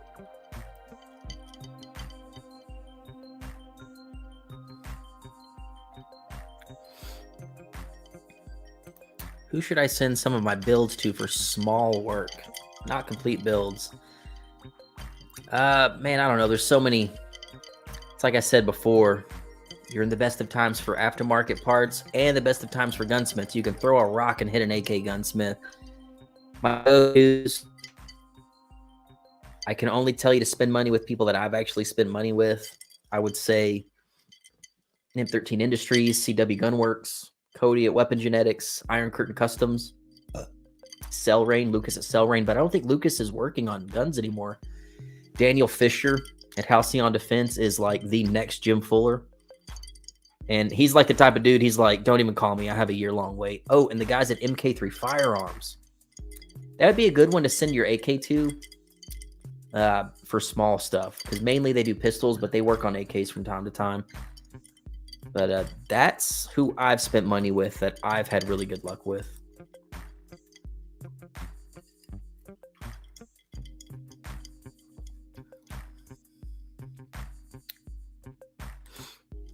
So I'm new to the AK platform. I've got a couple thousand Bellum brass for cheap.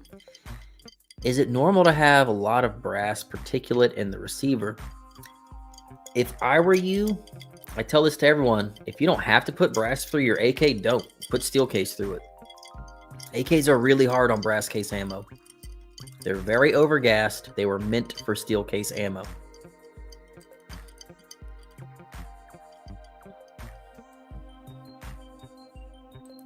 We'll see you later, Kenny. R.I.P. Tony. Yeah, man. Dude's always hacking up a lung.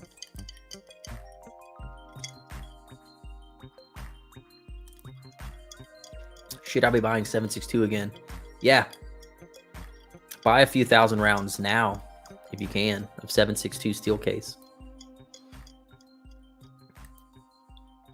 What are your thoughts on the FM product stuff? Dude, I think it's kind of cool, honestly. And I didn't think I would be into it. I'm kind of into it. I think it's cool. I'm all about different shooting experiences. I like having fun when I shoot guns. So I'm okay if a gun basically looks like an AR, but has a rock and lock mag and like a charging handle. I think that's cool.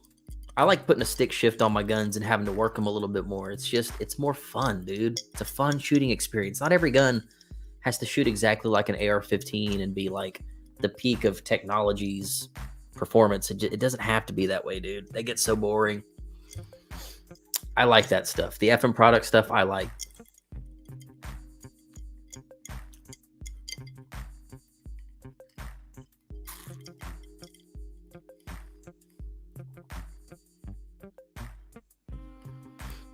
Have you tried your dog's food? Tomorrow is Soft Food Saturday. Here at the house, every Saturday, we call it Soft Food Saturday. Morty gets to eat boring dry food Monday to Friday, but on Saturday, he gets soft food, and he knows. Dogs are kind of like humans. They recognize patterns. This little bitch over here will wake up on a Saturday morning, and will make sure everyone wakes up, even though we're all trying to sleep in, because he knows it's Soft Food Saturday. He knows he's getting that soft food action in that bowl on Saturday morning for brekkie. But if I haven't tried it, though. It looks delicious.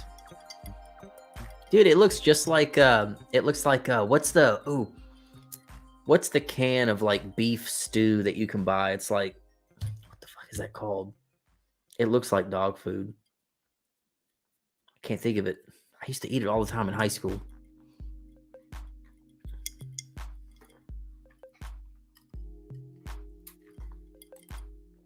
Matt, we are announcing those dates in 7 days. We are announcing the dates. That's all that's happening.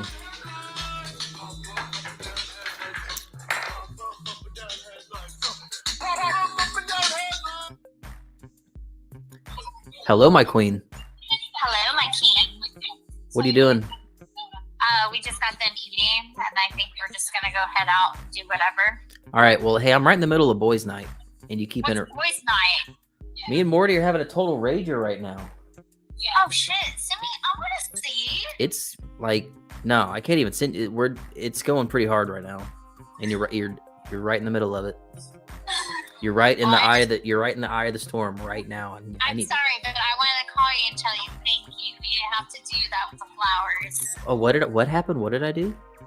You left me flowers in the room. Take notes, fellas. You're damn right I did. But I don't get the cream pies and sausage. I never eat oatmeal pies. Why did y'all do that? Huh? What? The cream pies? You didn't understand that? No, I didn't. Like, I don't ever eat oatmeal pies. Maybe it's just me. I like cream pies. Maybe it's just me. Yeah, well, we might do some cream pies tonight. Okay, you know what? I'm gonna take you off. I'm gonna take you off this speakerphone real quick. Let me call you back. All right. Let me call you back. Love you. Bye. That phone call took a turn there at the end. Sorry about that. Took a turn there at the end. Didn't think she got the joke. I think she fully understood the joke. Damn, baby Clay on the way. All right, guys. With that, I'm gonna cut y'all loose. She's doing that. She's doing another bachelor. She got 2 bachelorette parties. She's on her second one. Little word of advice: if you have a lady and you want to keep her around, buy her flowers for no reason every now and again, man. So we had some sent to her hotel room. She's actually out with the girls. She had a bad experience on her first bachelorette party, so she's kind of getting another good one. So buy your lady some flowers from time to time for no reason at all. Just do it. She'll touch your pee-pee later, I promise. All right, listen. From way down here at the bottom of that freaking blood pumper, man. Love you guys. Means a lot to me that you guys even stick around and do this. Appreciate y'all. Babushka Kid, thank you. Jacob, thank you for the tip, my man. Really appreciate y'all, dude. Times are crazy right now for AKs, but we'll get through it, man. Hopefully we have better times on the horizon. Best thing we can all do is get in the field and shoot together at these big events and just hang out. Got to have a squad, man. Got to go to the range with your squad, dude. Shoot guns and have a good time and just have fun. All the stuff's for fun, man. It's all for fun. All right. I'll catch you guys later. Check out that video. It's going to go live Sunday morning. If you like Dracos, this video is for you. All right, y'all. Peace out and cheers. The night is young. Enjoy your nights. Have a good weekend. Love you. Bye.